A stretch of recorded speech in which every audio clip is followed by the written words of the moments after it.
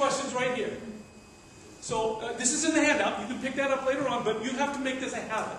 Every time, for every guest, before they walk out of your door, someone should be asking them one-on-one. This is not something you ask from the lectern. This is something you go up to the person and you say, hey, thank you. Okay, well, hi, I'm glad you came to the meeting there, Mr. Photographer. Thank you. I'm glad you came to our meeting today. Did you like the meeting? I loved it. Okay. The point is, if you're smiling at somebody and you're shaking their hand and you're saying, did you enjoy the meeting today? They are not going to tell you it sucked. All right? How can they not respond to that and agree with you that it was a good meeting? Then your second question is, do you have any questions about what you saw? Any questions? And if you do, then engage them in conversation and talk to them. And the third question is really important. And so many times people fail to ask this question. It's a simple question, but people forget to ask it, and that is, would you like to join us? Now again, if you're being personable, you're smiling, you're shaking their hand, you're engaging them one-on-one, and you ask that question, would you like to join us? You've had a fun meeting, they felt warm and welcome. A lot of times people are going to decide right on the spot, yeah, I want to be a part of this. And you will turn that guest into a member. Now, let us say, for instance, that they managed to resist your charms.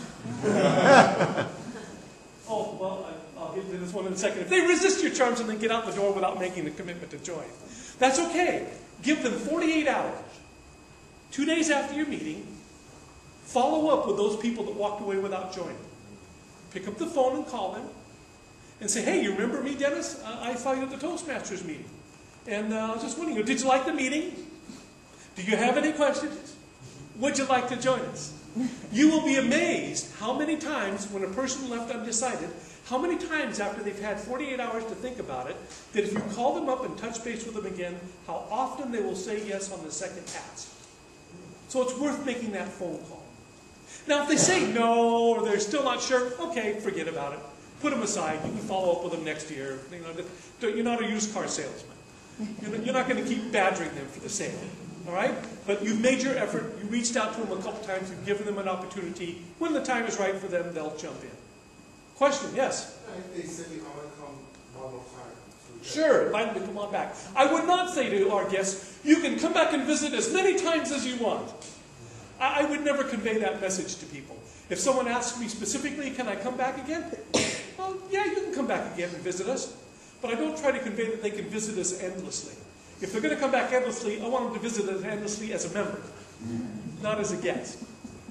Okay?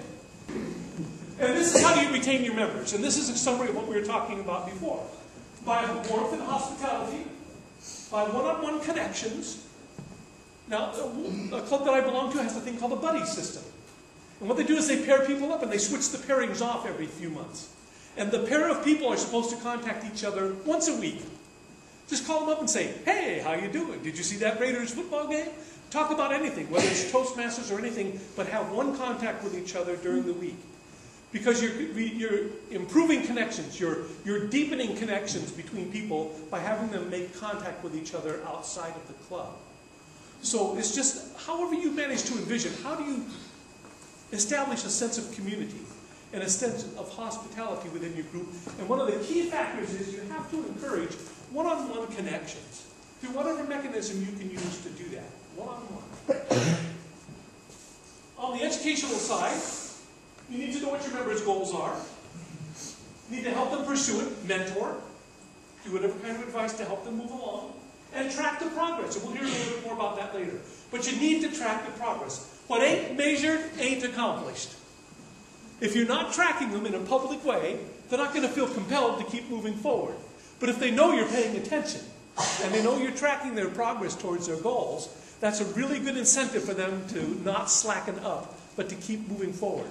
So track the members' progress. It takes a little bit of effort on your part to keep contact with all those club members and know where they are. I'm not going to kid you. You've got to make some time to capture all those things and know when somebody's given a speech outside the club and know that they've moved forward on their program. It takes some effort. But that's part of being hospitable. That's part of developing a community, is taking the time to make those little one-on-one contacts so you will know that information about your member. And then track attendance. We fail to do this often. And here's what happens. John misses the meeting next week. And you kind of miss him, but you were busy with other things, and you go on about your life. You come around to the next week, and you've got a different role, and you're busy, and you come to the end of the meeting, and you realize, oh yeah, John wasn't here again. And you go to a third meeting, and John isn't there again. And pretty soon, John isn't there ever. And they drift away. It's easy for someone to drift away if they get busy with other things. The key here is, again, to have this atmosphere of hospitality. That is, somebody knows when John didn't show up to a meeting. Somebody noted that down. Somebody's going to pick up a phone and call John after a week or two and say, hey, John, I noticed you haven't been here for the last 3 weeks. You know what's going on? What's happening? It's that personal warmth. It's that personal outreach that will tag that person, that will touch that person, that will engage that person with what's going on in the club. So someone has to take the time to make sure that they're keeping attendance and letting the officers know when somebody is missing meetings, so that you don't just let it drift for 2 or 3 months, or don't let it drift until dues time again, and then try to collect dues from somebody who hasn't been there for 4 months. So you need to do that. That's just common sense, and it's common courtesy that you're paying attention to the other members in your club. So track them. Follow up with them if they're missing meetings. So this is the essence of hospitality. I've alluded to it already. But the essence of hospitality is just this phrase. Pay attention. If you're paying attention to the needs of your guests, you do this all the time. The sergeant at arms comes in and they pay attention. Are the lights on? Is the air conditioning on? Are the handouts out there? Is the gavel ready? Is the lectern ready? They're paying attention to the details. That's what makes for a really good beginning to a meeting. The sergeant at arms is invisible. They showed up. They paid attention to the detail. They set it up so that everybody else can just come in and move into the meeting smoothly without having to worry about things. That's the essence of a good servant. That's the essence of somebody who's thinking about the club and trying to anticipate their needs. The same thing with your guests. Anticipate their needs. They're not going to know what's going on in the club. Make sure they're sitting next to someone who can explain to them what's going on in the club.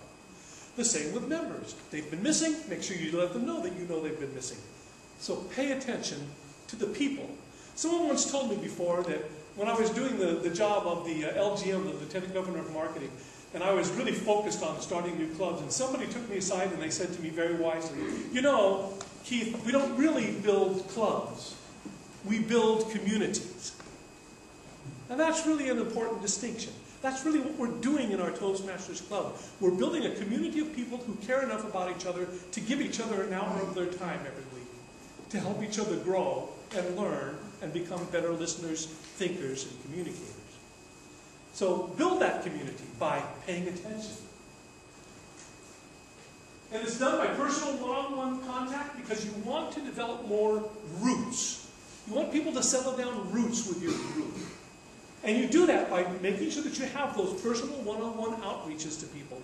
The more people in the club that somebody has connections with, which is the brilliance of having a buddy system, where you change the partnerships every couple of months, because then I get to know Sue, and I get to know Paula, and I get to know Debbie, and I get to know Lucy and Bernard, and I get to meet lots of other people, and I spend some time talking to them once a week, whether it's just a few minutes, but I learn something about them.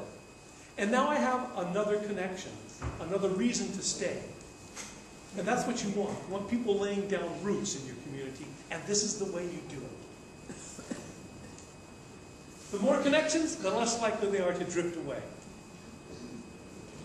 So that is basically it. It's membership is everyone's business. You establish an atmosphere where you can bring in guests and you can turn guests into members by always running great meetings, being warm and hospitable to everyone as they walk through the door, being friendly and bringing them in to feel like they're part of the group, and paying attention to your existing members, knowing what their needs are, and taking the time to reach out and meet those needs. If you do those things, if you set that atmosphere of hospitality and you're running great meetings, your club will grow. You'll retain your existing members, you'll add new members, and your club will continue to grow in strength.